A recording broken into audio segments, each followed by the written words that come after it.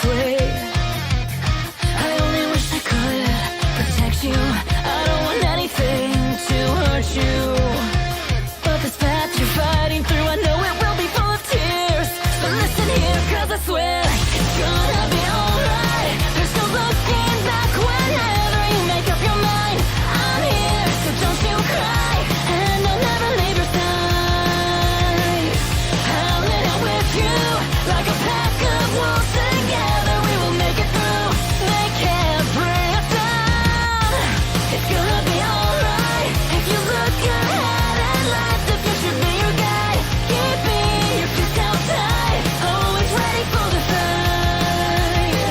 Hidden in your heart, I can see the future start.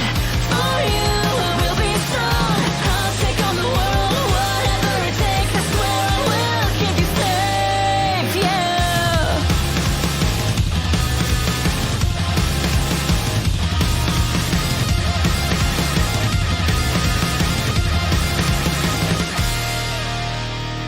Something bigger than a tale of fiction that nobody knows. I will write another page that does not have a name.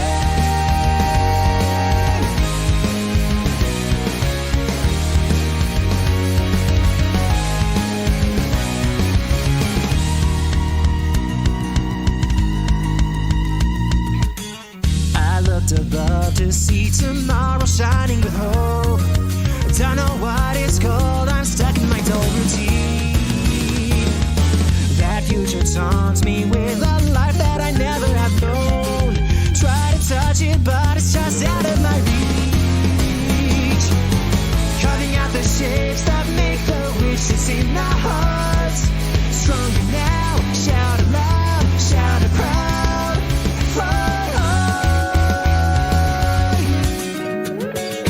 Turning over to a side of fiction that nobody knows.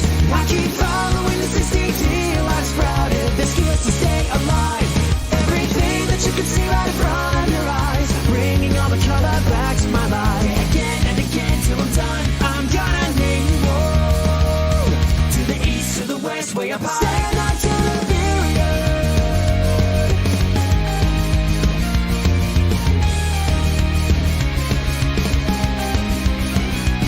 You can shout, you can fly, you can go. Bang, the story's over.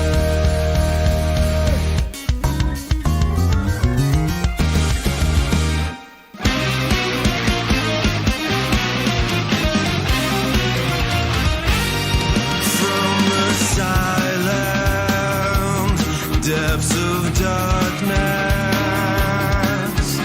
the pillars have been sleeping for centuries. They have awakened. Now the blood, crimson blood, it's on the valors to stand and rise up. Our inherited love, it could be called our fate. Then with your smiling eyes, step up to the plate. Now you will mystify the night, dodging the blinking of an eye. Avoid the evil blade and define an opening to strike. Testing the connection, takes away all to know. Like a bloody soul, you're burning like a bloody soul. Now the words of destiny are written on your face. Immortal, let it die. Now the fires of blood are rising.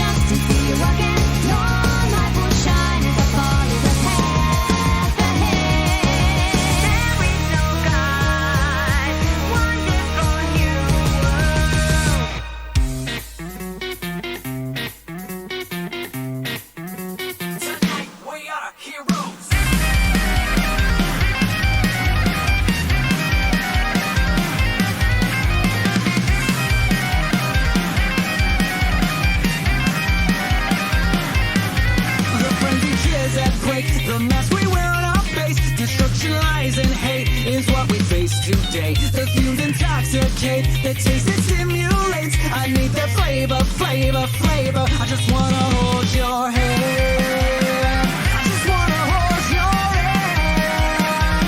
Just wanna hold your hand.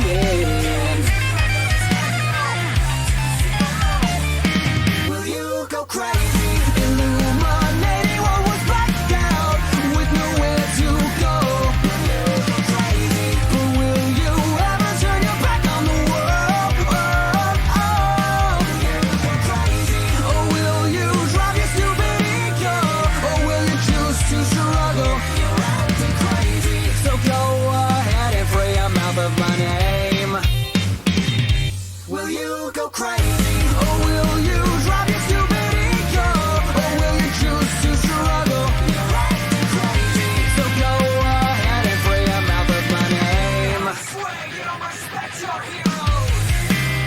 Finally, you've given me a reason to be strong, and we'll stand hand in hand till the end.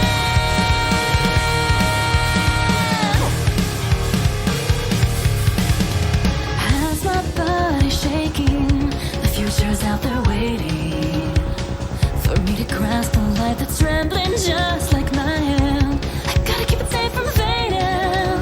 That's all that I want. The subtle scent of midnight. I'll spend a free night. I glare up at the stars. The path I see before me, I know only I can change it. That's all that I need.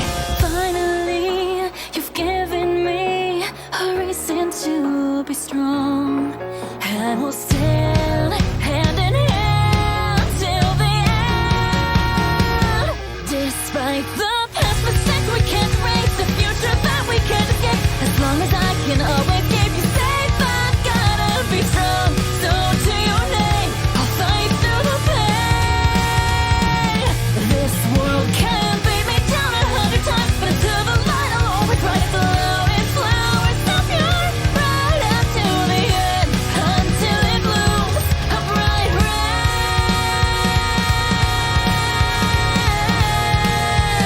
Hey, until it blooms a bright red.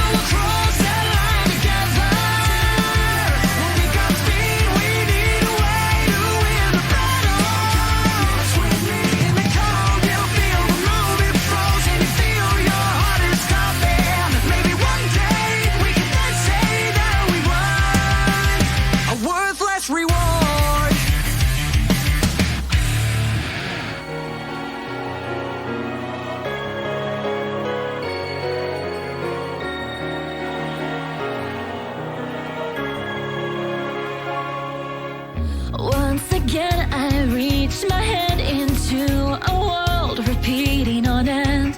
Though it's dark, good might just carve a path and lead me right to your heart. Like a rose that blooms and grows inside my chest, your name's all it knows. Is this fate? 'Cause every day I pray that right here by your side I can stay. I'll gather these fallen flowers, but I hope discarded and broken, and I'll join them where they can lead, or with together we'll set them free. Holding up the light within, there's no hesitation to give you a future. It's all I wanted. Hold me tight through these dark, endless nights, screaming till the morning light. All the broken down I do, and I wonder they will heal. With every step they will form the future. I'll hold tightly to this special bond that we share. I'll follow you anywhere. No hesitating, I'll open my eyes, though my heart's breaking. I'll reach out my hand, carrying onward, bearing this miracle.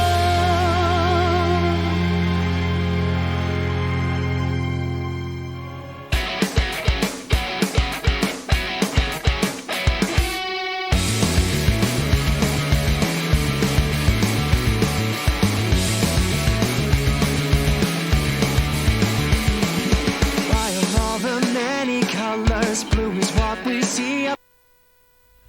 Hello, everyone. Welcome to that stream you watch, and I'm Whitey, I'm the Coffee Man. And I'm Snibbly. and we write Subtlety with Fire. Yet combined our two intros, and honestly, it kind of worked. Yeah, it's fine. So gonna be a slightly different show this week. Yeah. We're gonna do our normal show, and then we're gonna, At the end, at the end, We're gonna shit on Crunchyroll. because we are very not pro Crunchyroll here in this household. no, we are not. They're doing their anime awards this year, and the nominees came out, and you can vote for them, and we're gonna shit on them. All over them. Yep. But first, we've got something else completely different to shit on. Now, Dean, give us the run through of what the fuck Deltora Quest even is. Okay, so it's a series of Australian children's fantasy novels that I read the 8 of when I was a kid. Apparently there are sequel series, and now there's like 15 or so. 15, I think. Yeah. But Cool. who the fuck knew that happened? She's also writing another fucking series. Cool. But these are books that I read like in the first grade and thought were decent until I read literally any other fantasy novel.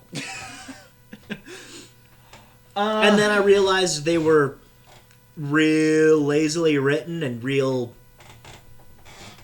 like plot holy. Well, I mean, fuck. Where were they published? Scholastic. Yep. That shitty fucking service that they would give you every month and say, hey, buy a book because you need to read. Yep. Never. Side note, I would thoroughly recommend looking up the imagery of the creatures from the anime and the imagery of the creatures from the book covers. Because They are nowhere close. the night they fight in the second episode is just wrong. It's It's the cover monster for the first book. does not look even close. So, the basic premise is you have this country of Deltora, which gets overrun by Satan. Satan, Sauron, whatever you want to call it. They just call him the Shadow Lord. Sauron Jesus. Hey, that's Hey, from a Drifters good was show. great. Listen, when they say the Shadow Lord, they're not kidding. It's fucking Shadow. Yeah. It's not some guy who controlled the shadows. It was a fucking shadow. Also, somehow, the first shot of this show had me going, oh no. Because it's just a shot of land and it is the worst. I'm like, oh man, are we in for some 90s cheese? Look at when this came out. This came out in 2007, the And same wasn't year. dubbed until several years later. Yeah. This is like a fucking Heavy Rain situation right here.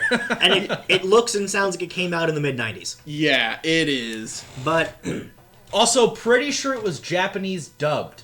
Yeah, it was With dubbed by a Canadian Japanese actors. company and outsourced to Canadian actors. Yeah. But the base premise is belt of MacGuffinry that only the royal family can use.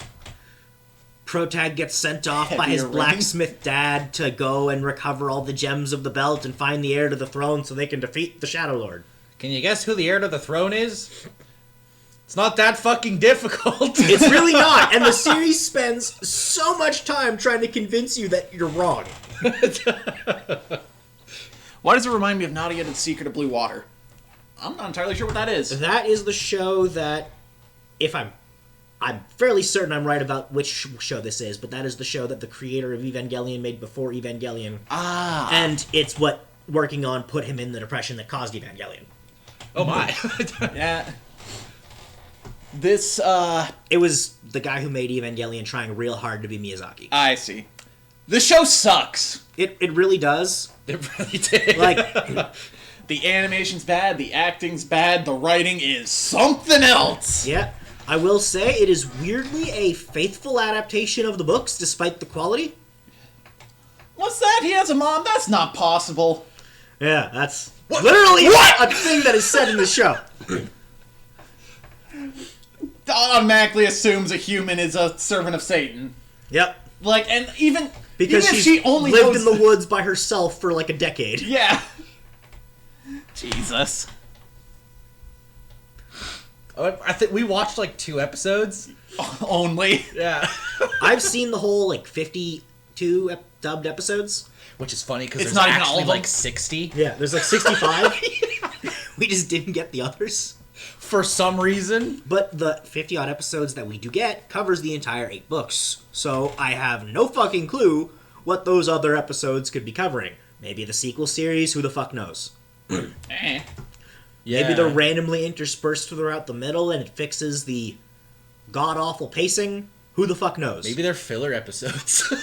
Also, for those of you wondering, what the fuck is the name Deltora? It's the name of the country. And it's even dumber. It's also completely different in Japanese. Yep. Fair warning, at this point, I'm gonna get into full-on book spoilers. I assume no one gives a fuck. It was a If scholastic. you give a shit... I'll do this once the spoilers are done. Yeah, if you give a shit, It was a scholastic book from I the fucking sincerely early doubt 2000s. anyone gives a Like, shit. Yeah. But they travel around, collect all the gems, give the belt to a guy who's running the rebellion because they think he's the heir to the throne. Okay. It doesn't work. Protag takes the belt back, going, "What the fuck?" Then Protag rearranges the gems to be the order that spells out the country. So diamond, emerald, lapis, topaz, opal, ruby, amethyst. And then the belt just works. Like, it's... So they actually had to change the name of the country for the Japanese release of this because they needed that stupid plot point to make sense. Yep. Also, they spend so much time convincing you Any that context he's not the heir of the throne. Alright. Like, they introduced this leader of the rebellion guy, and I want to say, like, book 5 or 6. Oh, we got a question. Context about the child being hit by a car on Twitter. Have you seen FMA Brotherhood? Yeah.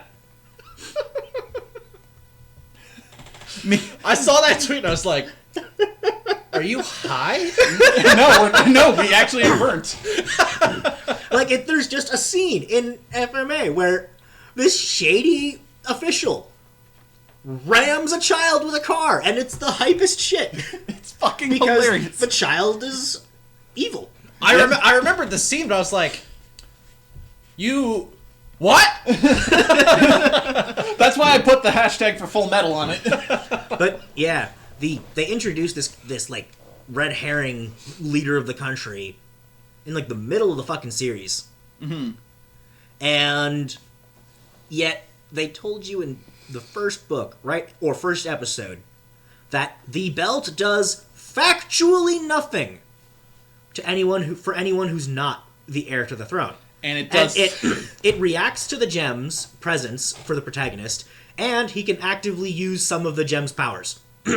But he's totally not the heir to the throne. This show is... It's a fucking 1. That's a foregone conclusion. Yeah, this is terrible. Like, this is some of the worst shit I have ever also, seen. you described the character designs to me, and they're all generic, and one of them's actually wrong. Yeah, it's straight up wrong. Like, the female lead in this is... Like, one of the things that's described about her look is she wears a beanie or whatever. Yeah, they describe it as a wool cap. Yeah. But, let's be real, any Canadian hears that description That's a and they big-ass assume she's toque. wearing a toque. Big ass too. But no, in the anime, she's just got like Generic robe gear? It also looked like she just had dark green hair and that was it. There's Yeah. nothing on her head. Yeah. Yeah, a 1. There's no other way around this. This is... Also, If you- this is my greatest sword I have ever made. Looks like shit, Dad. Yeah. It's the fucking pussiest fucking short sword you've ever seen in your goddamn life. Also, this is a magical cloak that can hide you from people. Why? Mom made it. With Why does that matter? The best luck ever. Mom made it. Fuck me, dude. I cannot undersell how bad this animation is until you see it yourself. Characters do not move like a human should. Like, there was a scene with a guy gunning it, running, and it looks like his upper body was just doing a light jog while his legs were going ham. Also, given the bad animation you were explaining and the quality, Yeah. I'm fairly certain there's a point later in the series where someone literally just pops into frame. Oh, Because God. there's a moment where it's just people talking and then, like, music sting. Like a quick bang. And then someone's there and they start talking. Like, they no door opening mysteriously sounds showed or up. anything. They're just there. What is this, a fucking horror movie now? Yeah, like it's Jesus. legit like a horror movie fucking sound effect almost. And you're like, fuck! I'm just there like, what? I don't understand. And his mom's a mage, I guess. Oh, yeah. Also, gonna be blunt about it, most of the creatures on the covers of these books look really stupid. Yeah. That's kind of all there really is to say about this, isn't there? It's the fucking drizzling shits. Like, the first one looks kind of cool, I'll admit that. I like the knight design, I think he looks cool. yep. Big old fish on the second one, I go, fine, fuck it. All the ones beyond that, I think look fucking stupid. Except for book 7, because that's just a weird robed, bearded guy. Like, it's just a wizard on the cover. Right? And it's kind of hard to make a guy in a robe with a long beard look particularly stupid. You're a wizard, Harry. Shall we get to the waifu of the week? Yeah, this is a fucking one. Yeah. Oh, yeah. But I've been waiting to shit on this series since we started this fucking Yeah. thing, so... Why'd you wait so goddamn long? Because I didn't want to review it. I didn't want to have to watch it again. Oh, fuck me. Because knowing you guys, you might have made me watch more than I wanted to. Not 2 episodes. Nope. We... Unless 2 episodes is more than you wanted to watch. Like, this is a Hard one. fucking hard one. That being said, if you feel the burning desire to see what we're talking about, grab some beers and watch it with some buds and shit on it. Don't just try and watch it. It's, Honest Prick watch 3. Yeah, and then he said he might watch more of it later, but he's too bored to give a shit now. And I said, honestly, don't. just don't. Think about it. Book 1 of 8 is covered in 3 episodes. They cover 8 books in 50. And they're all about the same length. Fantastic. Yeah.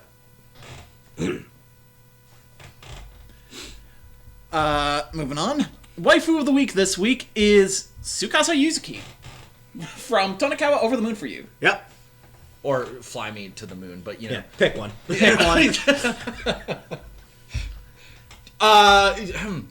She's great. The series is also pulling some fucking weird shit with her. We'll Like, get to that when We'll we get to review that it. when we actually talk about the episodes, but... But she's fucking great. Like Yeah. the fucking relationship these two have is just like It's- the it's most super wholesome, endearing. It's the most wholesome like bullshit you'll ever see in your life. I And it's mean- amazing. I mean, given our tastes of loving, like, High School DxD and shit, if you'd gone back to, like, 2015, you watching fucking Born for the first time and told yourself, You're gonna love this wholesome ass shit like quintuplets and Tonikawa. You would have called yourself a fucking liar. I fucking would have. The side cast is also pretty funny. Oh, hell yes. Oh, yeah. We'll get to that. We will get to that. Lol. I've also been reading one of the Tonikawa's author's other works, Hayate the Combat Butler. It is fucking funny. Yeah, that shit's fucking good. There is an anime. It is very It is bad. terrible. It is 4 seasons made by 4 completely different companies with different directions, and the dub was made in Taiwan. It can't. The dub sounds worse than the Deltora Quest dub, and they came out at the same time.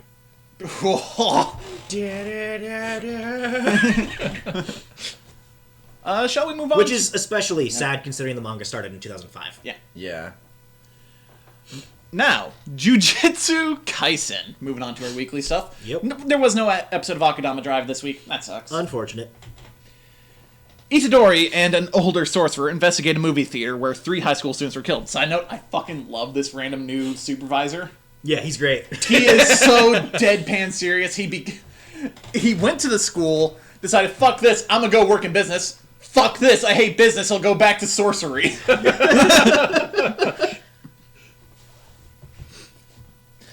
We find out the nature of truly powerful curses being based off of fear, the top of which usually are based off of forces of nature, apparently. And the curse they're looking for is based off of humanity's fear of itself. We also see Itadori use his sorcery for the first time, and it looks... It's blue and It's black cool. flames. Yeah, the humanity curse or whatever the fuck it is, it's voiced by Lucian Dodge. Evolution Dodge. Evolution Dodge, like, warped these 3 guys' faces in the movie theater. Yeah. The one guy who saw it followed him and is, like, his disciple now or something. Yeah. Yeah, we saw this guy back at the end of episode 7 Yeah. in that weird paradise place. Yeah. Also, this villain's been in the opening this whole time, so... Yeah. We just don't watch the opening. Yeah. We watch it one time and then skip it. Yep. Unless it's something particularly special like Demon Slayer. Yeah. Or, the first opening to Full Metal Alchemist Brotherhood. That I don't You think listen to that every time. Yeah. Or Domestic Girlfriend, which you listen to every Yeah. time. Because Oh, that's yeah. a banger. Yeah. Yeah, so Itadori gets into a combat encounter with 2 things that look like curses, but are actually just warped humans by this fucking weird dude. And pumped full of cursed energy. They were basically dead before they even got there, Yeah. from what we were told. Yeah. This scene Which was is some crazy shit. This scene was fucking funny because the guy he was with was talking to him the whole time, and Itadori was like, "What am I supposed to do? Pay attention to you or fight them?" It's like, you shouldn't turn your back on your opponent. You literally just told me to turn and watch you! This show's been fucking. This show's awesome. been good, and every episode just makes me more interested in this show. Yeah, it is very good. The dub is currently up to episode 9. It is a 24 episode season, we just learned, so I'm looking forward to that. Yeah. Yep. Now, well, we talked about it earlier, but here it is. Tonikawa, Over the Moon for you. It's a really short summary because I like to do that for comedies. And we can talk about the actual details ourselves. Yeah. Nasa faffs around Kyoto on the way to his parents' place with Tsukasa's sister to prove to her that him and Tsukasa do belong together. And it's implied at the end of the episode he kind of did it. Yeah. Yeah. Yeah, like she She bought into it. she yields and goes back to Tokyo. Yeah. Yeah. All right. And there's even a great moment of her just monologuing to herself of, fuck, he really is good for her. I hate him. The next episode is just them meeting his parents and going around Nara and just general heartwarming moments all around, really. His Like parents the are scene crazy. the scene with his dad talking to her Oh, yeah. is really good. Just begging her to please take care of his son. And thanking her for saving his life previously. Yeah. It's good shit. You need to watch it. Yeah. And now... Oh, there's also one last note about that episode. Protag too horny. Yeah. Oh my god. He Way is too horny. Way too horny. If he's this horny, he needs to just nut up and, like, ask and get it over with. Right? Like, he nut up and asked if... We'll get to that. Yeah. They didn't then get home from their trip. Their apartment has burnt to the ground. Well, Understood. Sucks to be them. so now they're just going to be staying at the guest house at the bathhouse. The girl who had a crush on him realizes, wait, you're married? What the fuck? Someone had to point it out to her. Yeah. Like, he had the ring on his finger the entire time. The two of them were there living together, and he was just talking about introducing her to His parents. and she somehow spun that in her head of keeping the relationship good with his parents. Yeah. Which, technically correct, but wrong. And then her sister and her mom were like, "You're fucking stupid." Yeah. And then randomly, in a spin, she transforms into a YouTube streamer? Yes. What? Exactly. Oh, fuck. Also, the boy finally nutted up and did ask to see her in her underwear. Yeah. And she was like, yeah. Sure.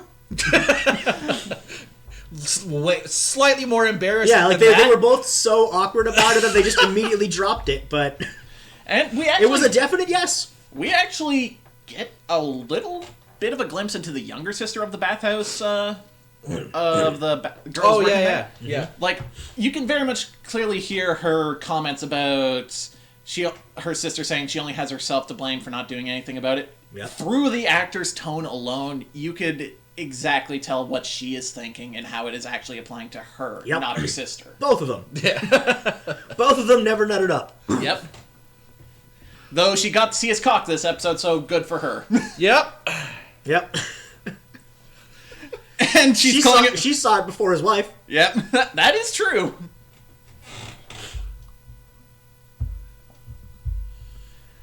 Well, I got a really short summary for the next one because... There's one more thing we need to talk about before we Yes? move on from this, though. Oh, yeah. The weird shit with her. Yep. She seems to be, like, weirdly aware of ancient history and shit, Despite despite not... many times saying she's not interested. Yeah. And I'm honestly torn between, is it just philosophical musings, or is it that, and the author's just fucking with us, or is she actually Kaguya like we've been assuming this whole time, and they're gonna give us some I mean, with all the fucking moon random symbolism. mystical nonsense? Yeah, there's a whole bunch of shit with the moon, too. Yeah. like- Yeah. Yeah, and she calls it a good memory. Yeah. Yeah.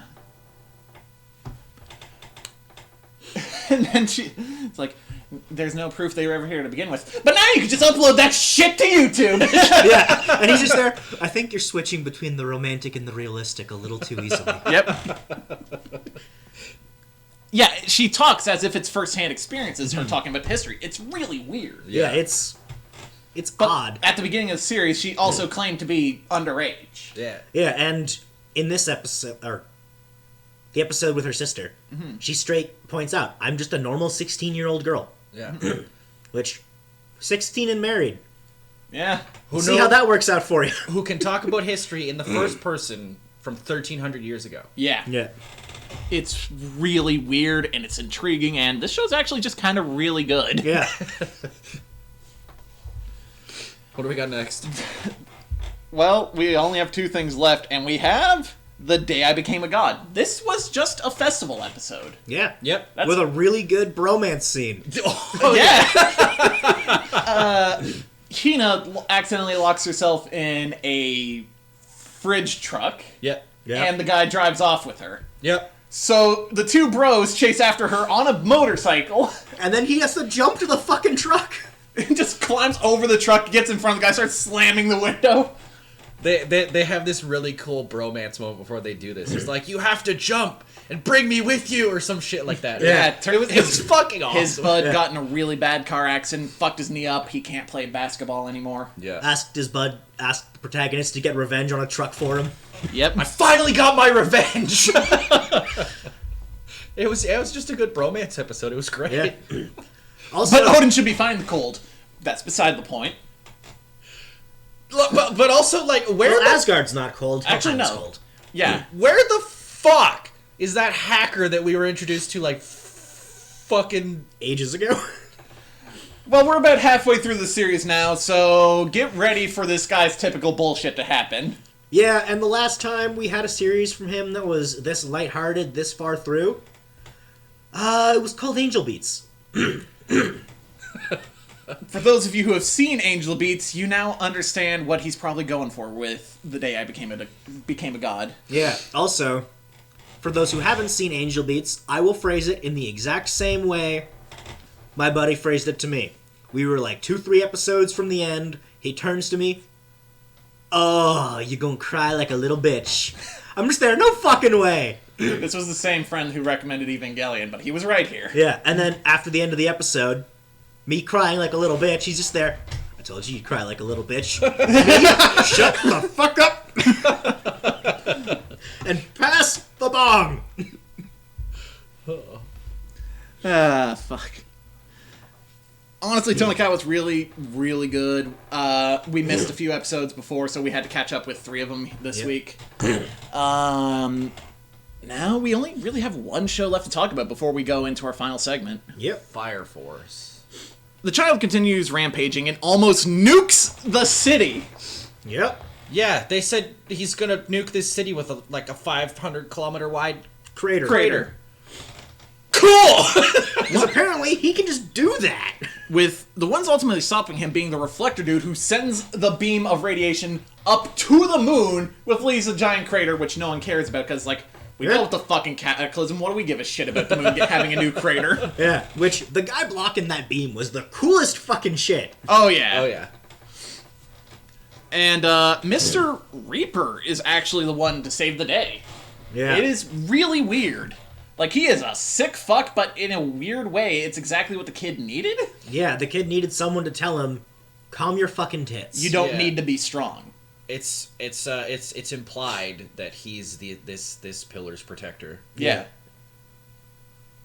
Well, I mean, it is kind of outright said, but they don't say it as if it's a fact. It's just conjecture. Each pillar seems to have some sort of protector, except so far Shinra. Yeah. Yeah, but he's got the 8th. Well, he's got the entire Fire Force. Yeah, that's also implied at the end too, that his protector is just the entirety of the 8th. Yeah. And honestly, this is actually one of the better episodes of Fire Force in the longest time. Yeah. I'm gonna be blunt. I'm slowly losing interest in this series and don't know if I will watch a 3rd season. But this episode is exactly the kind of shit that I needed to pull me back. Yeah, it's really shit, because we go for a long time getting, mediocre to, not good episodes, and then we just get a good one. And it's well, fuck! And that's honestly my exact problem with Soul Eater. Yeah. After the incident, the child is returned to the lab, and Shinra, the captain, Vulcan, and Licht meet with the president of Hajime and come to a deal to team up to stop the Evangelist and create a replacement for Amaterasu. And the entire meeting, he's just playing the Game Boy. Just actually a Game Boy. Yeah. Another really good episode of Fire Force, but this show has become such a weird mixed bag. Yeah, I'm not sure how I feel about it anymore. Yeah.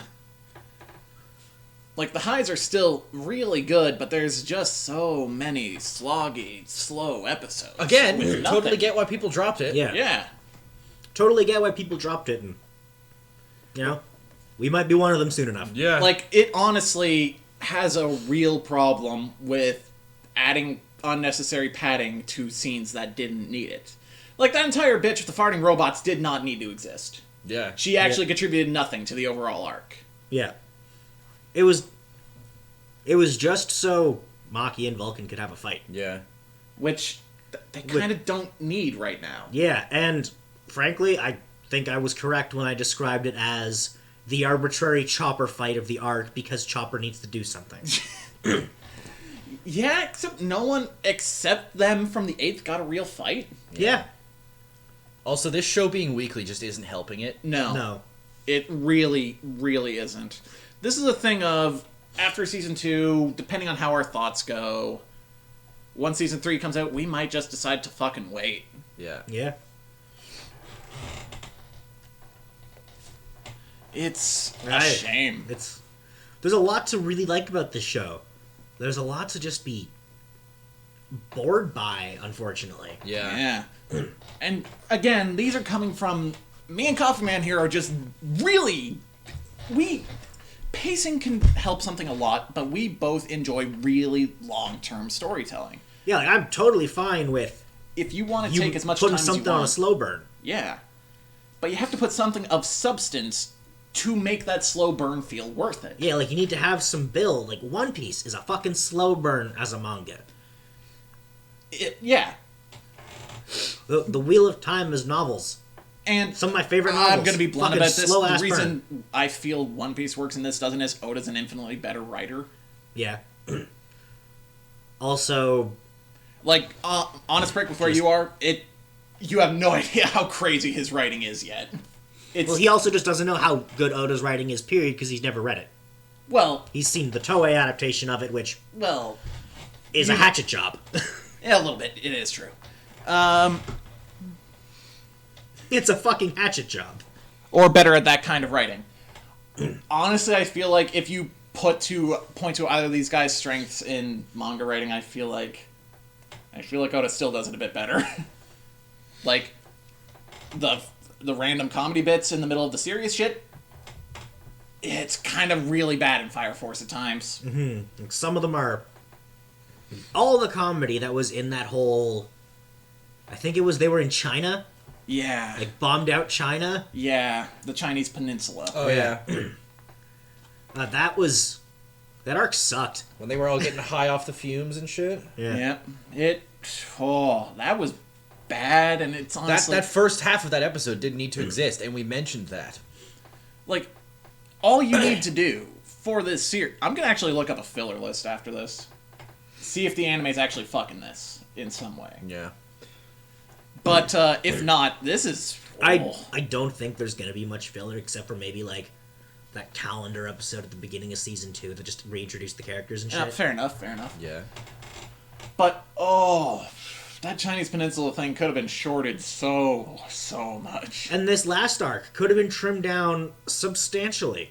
Like, entirely cut out Monica Rial's character with the farting robots. She did not need to be there. Yeah. It And was just you could have...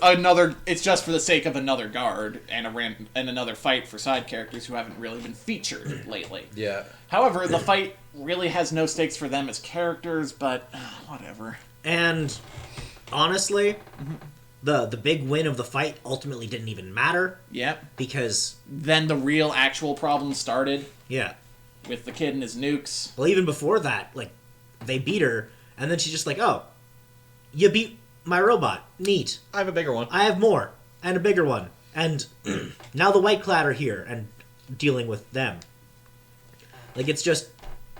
That fight was ultimately pointless entirely. Yeah. And...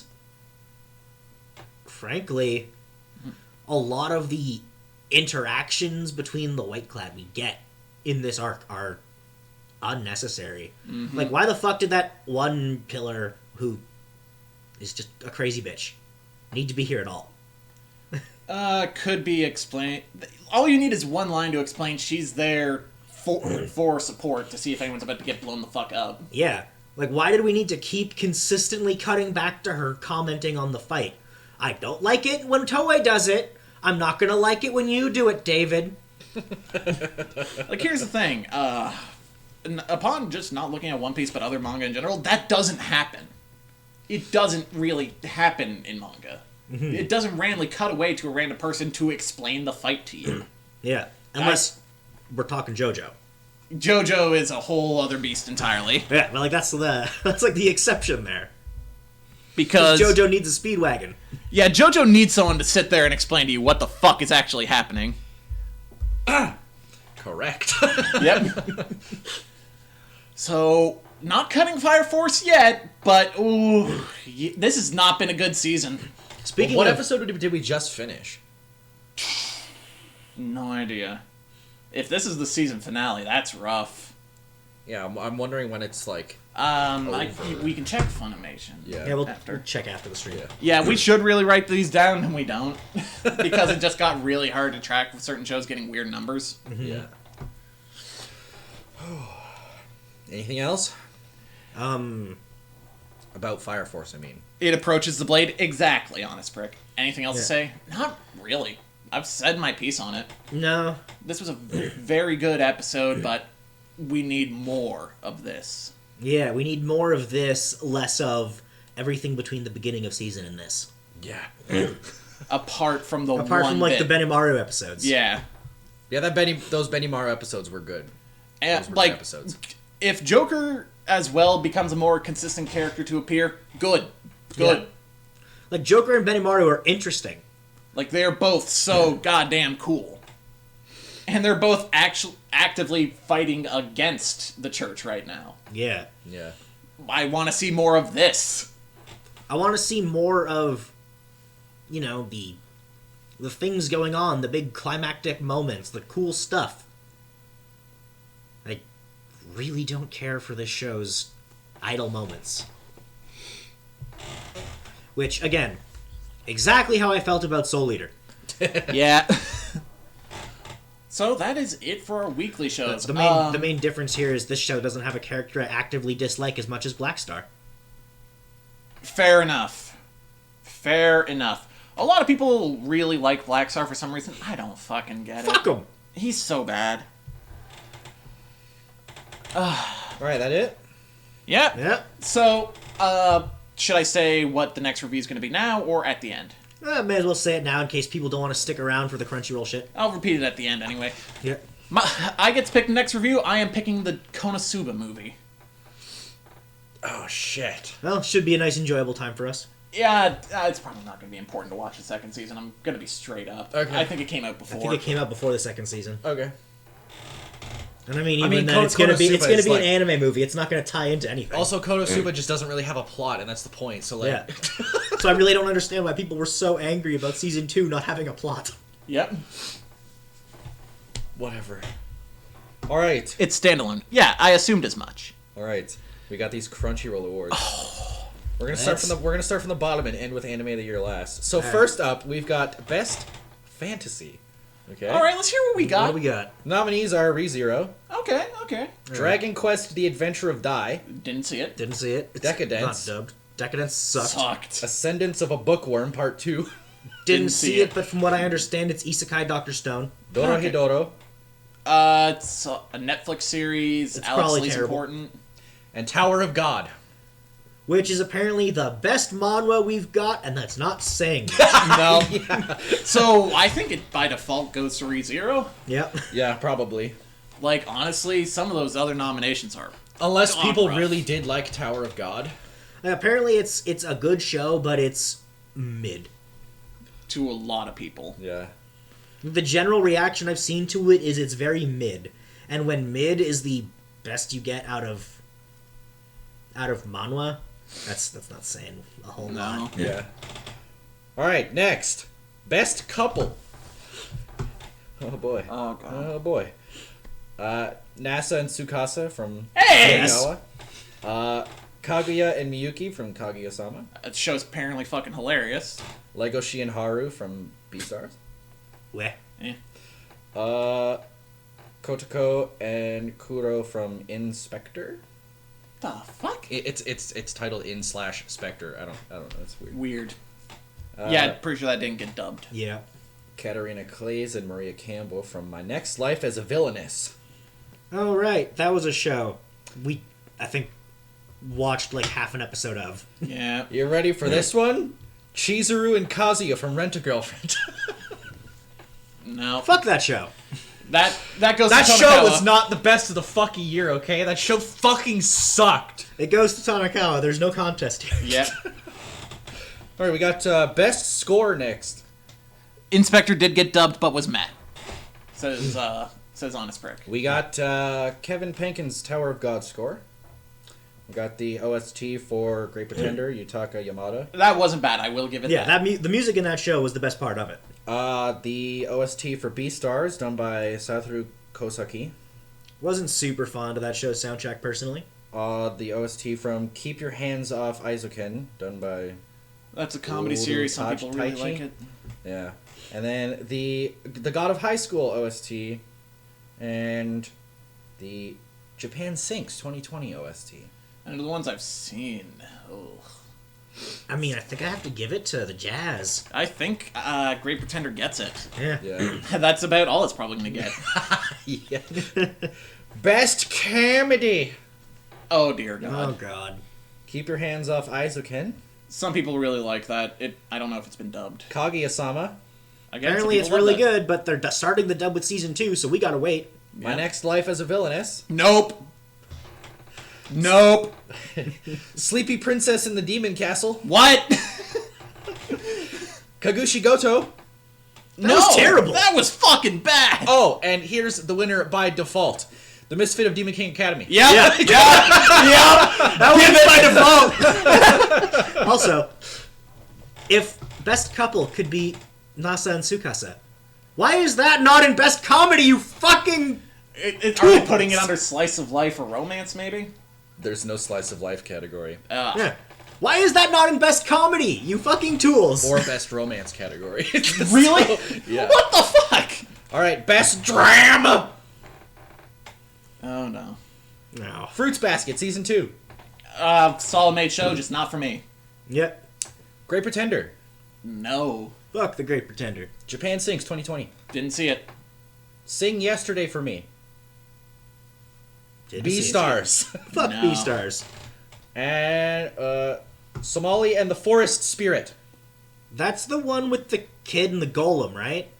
Yeah, I think. I think. I I didn't see it, but I saw a lot of people talking about it. I never heard about that show. Yeah. That's not a... Wow. No. That's not a good drama category. Alright, Nope. best fight scene. All right, let's hear it. Satoru Gojo versus Ryomen Sukuna from Jujutsu Kaisen. Dope. Jin Mori versus Jagal Taek from The God of High School. I'm gonna butcher some of these names because I'm not Chinese. Chinese? Or Korean, whatever. Korean, Yeah. Oh, that's a Sword Art Online one. that Berkuli one. versus Dark God Vecta from Sword Art Online. Alicization. What the fuck? Dark God? What the fuck? Deku versus Overhaul from My Hero Aka. That was pretty good. That was pretty good. That was That pretty was good. pretty good. Jin Mori versus Han Daiwi from The God of High School. And, So, versus Sean Chiplock? yeah. All right. And Brawler versus Master from Akudama Drive. Ooh. Ooh. Don't know what that means, but I'm excited. Yeah. I mean, Brawler fucking rules. Yeah. I kind of hope Hoodlum's commentating this fight. Yeah! Kellen Goff this year has been spectacular. Oh, yeah. Oh, yeah. Fucking Him as the on boss point. and Hoodlum. Oh my. And also Screaming Dude from Fire Force. Also, I mean, if Overhaul Yep. is mentioned in this, also Overhaul. Also Overhaul. Yes. Okay, now we got best character design. Oh no. Yeah. The character designs for Keep Your Hands Off Aizuken. Yeah, very simplistic, but it's noticeable when you see it. Great Pretender. It looked good. Character designs for Toilet Bound Hanako-kun. No. BNA Brand New Animal. The fuck? I heard that's alright. Tower of God. And Yasha Hime, Princess Half Demon. Well, that one's definitely not deserving it because I know that author and Are you they fucking can kidding only me? draw one face. Why is that there? You don't have character designs. Best animation. Yeah, out of all those, I think that actually has to go to Tower of God, weirdly. Yeah. We got best animation. Keep Your Hands Off Aizuken. We didn't see it, Yep. not dubbed yet. God of High School. Nope. It was okay. Great Pretender. Again, looked fine. Jujutsu Kaisen. It looks really fucking good. Didn't get to talk about it, but in this episode we saw his powers and it's blue and black flames. Oh my god. Princess Connect Redive. The fuck? What? That's a fucking Kingdom Hearts title right there. Yeah, Yeah? that sounds like Are you Kingdom sure Hearts. that's not the next Kyrie game? Where we're gonna learn nothing about it? Okay, for those curious, look up the Kingdom Hearts Melody of Memories cutscenes. And only watch the last 20 minutes. It's Because the last 20 minutes is the only important stuff. And Everything else is just a recap. I'm going to do this again because there's going to be a slight spoiler for it. For those who don't care about Kingdom Hearts spoilers because of how dumb this is, you're going to be good. So, spoilers starting now. They introduced the concept of something called unreality. Yeah. And the only things that we learn about Kairi through the entirety of this game are she doesn't like Xehanort, and she's probably more than a little self-deprecating. Yep. Unreality is fiction. The world of fiction is the reverse of this world, and yeah, apparently the only way to get through is through the afterlife? Who knows? Okay. Like, Jamie's there. We show this to Jamie, and he's in there. It all makes sense. And we're like, you're full of shit. He was also there. You think he's been planning this from the beginning? No! Since 3, maybe. This dude pulls shit out of his ass. Just on a daily basis. Yeah. That's what Kingdom Hearts is. Oh. Alright, no. That's that. Yeah. Okay, 2 more things about Best Animation. That fucking Princess Connect thing, that's a Psy Games thing. Oh. Oh. Neat. And the last animation, or the last nominee for Best Animation is Beastars. I will say Beastars did have really good art style. Like, you guys were praising that. Yeah. Yeah, it did look really good. I'm actually going to give that to Beastars. Yeah. Do we... Best Director. Where? He's hiring you guys. Probably. Yeah, that one's... Yeah, I don't care about that one. Best VA Performance for English. Who do we got? We got Zeno Robinson as Hawks. He was alright. Crispin Freeman from Fate Grand Order, blah, blah, blah, that fucking title. Absolute Babylonia, whatever. Who was he in that? Zyuzudra? I don't think that's a character we saw. Yeah. We need to catch up. We got Aaron Phillips as Laurent in Great Pretender. I don't think his performance was all that great, to be honest with you. Honestly. Johnny Young Bosch as Bam from Tower of God. Didn't see Didn't it. see it, but it's Johnny Young Bosch. I assume it's at least decent. Yep. Jonah Scott as Legoshi. He did alright. Yeah, he was alright. He actually did pretty good. And Anaris Quinones as fucking Echidna in ReZero. That's probably what deserves it. Actually, I'm giving it to Echidna. That was a fantastic performance. Yeah, she did work. Yeah. Next, Best Ending. Okay. Alright. Lost in Paradise from Jujutsu Kaisen. Didn't listen to it. The Great Pretender from Great Pretender. That's Yeah. literally just a Queen song. Yep. That shouldn't count. Night Running from BNA, Brand New Animal. DDDD from Doro Hey Doro. Welcome My Friend from The Millionaire Detective. Last Dance. shit was bad. Last Dance from Inspector. And that's it. Those are the nominees for that. Yeah, I'm not actually familiar with any of them, despite us Yeah. watching Jujutsu Kaisen. Yeah, we don't typically watch the endings. Like, if I look at the runtime and there's not a post-credit scene, I don't give a shit. Yeah, I don't care to listen to the ending for most shows. Best Opening. Oh, no. Let's hear it. Oh, no, please don't freeze. Easy Breezy from Keep Your Hands Off of Aizoken. Haven't heard that one. Kai Kai Kitan from Jujutsu Kaisen, which I feel like is probably going to win. Yeah, It's it's alright. a pretty good opening. Because people liked that opening. Wild Side from Beastars. People weirdly love that opening. Meanwhile, I only really like the last 30 seconds of it. GP from Great Pretender. You want to guess what GP stands for? Great pretender. Daddy Daddy Do from Kaguya-sama. Season 2.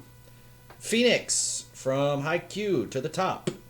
Probably rules, actually. Probably hype as fuck. Like, Because something... Haikyuu has great openings. Just googled Doro Hey Doro.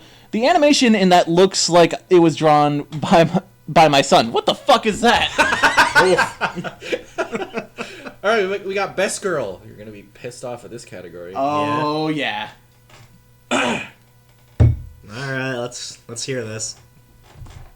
Sayaka Kanamori from Keep Your Hands Off Aizoken. No idea.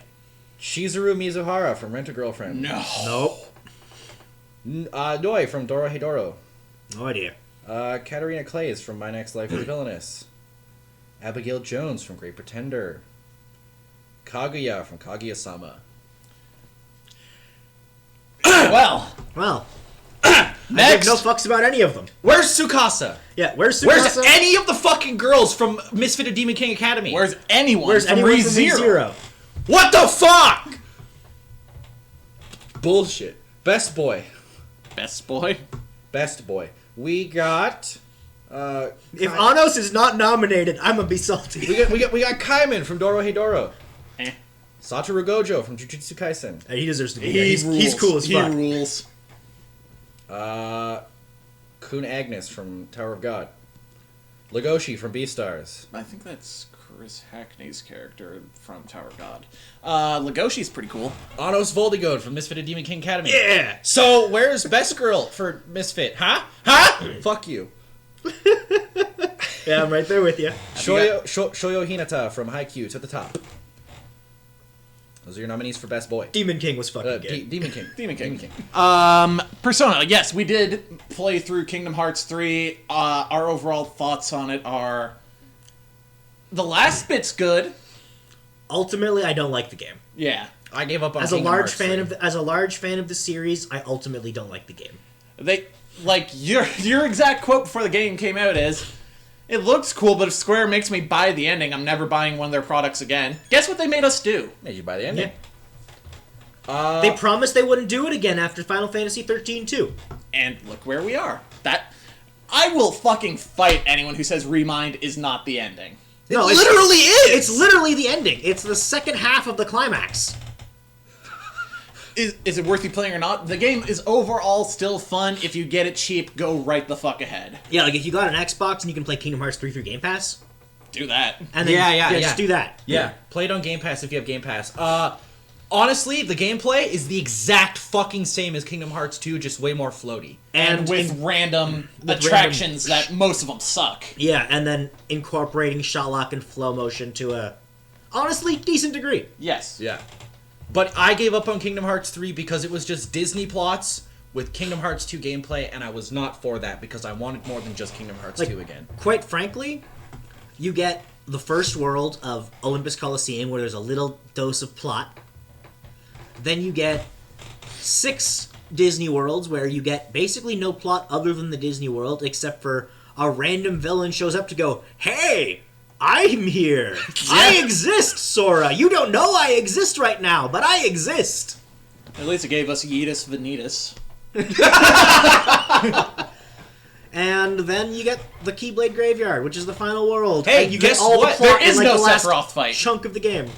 No Sephiroth fight! Because fuck you! There no Square characters until the DLC at all. Yeah, which the team was super angry about because Nomura had them model all the Hollow Bastion crew before the game came out the first time, and then just decided not to use them because he couldn't figure out where to put them.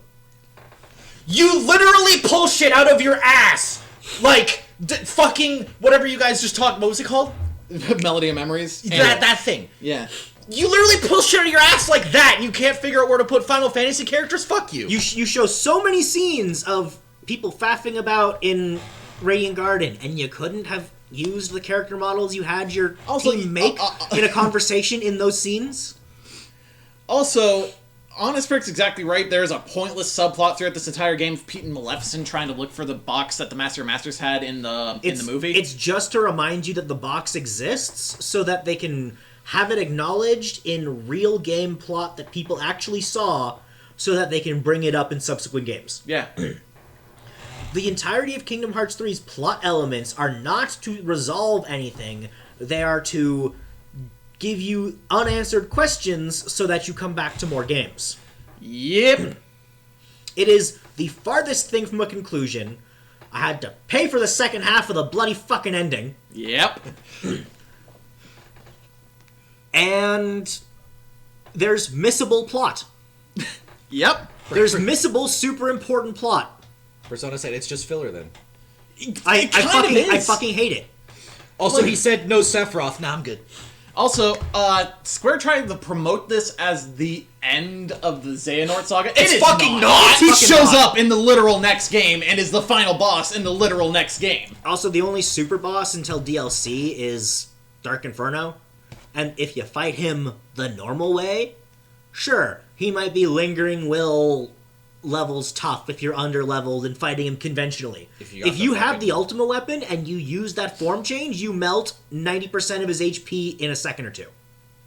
He's not joking. Most people would probably do that because, you want the ultimate weapon. It's Kingdom Hearts. You go for the highest level shit because it's Kingdom Hearts. Hey, the DLC added actual super bosses with the data organization fights. But fuck the format of getting to those fights. oh yeah, no. If you finish the game and then boot up the DLC, sure, you can go through the DLC plot, no problem. But as soon as you get to that chamber, you realize, oh shit, I need to be max level to stand a chance against any of these bosses. So, Meanwhile, the boss I just fought was level fucking 60. not even. No. Like, you get to the final boss around the level 40 to 50, Yeah. and that's the level that all the plot DLC is. To load into the plot DLC, to start it up, you need to load a cleared save file from the base game. To load up the second wave of the second portion of DLC, which is the data battles, you need to load a cleared save from the plot DLC. There is zero possibility to grind in the second part of DLC, so if you are under-leveled and did the plot DLC at the level you are supposed to, you then have to go back into the main game, level up, rebeat the plot DLC, and then you can do the super bosses. Who thought that was a good idea? Serious question. Who let Nomura say, yeah, we're going to do it this way? Right? Like, Like, why can't they just add a room, like an option, to one of those, like, instead of having the 13 data fights, why not have a 14th one, where it's just a horde of enemies, where you can use that to level?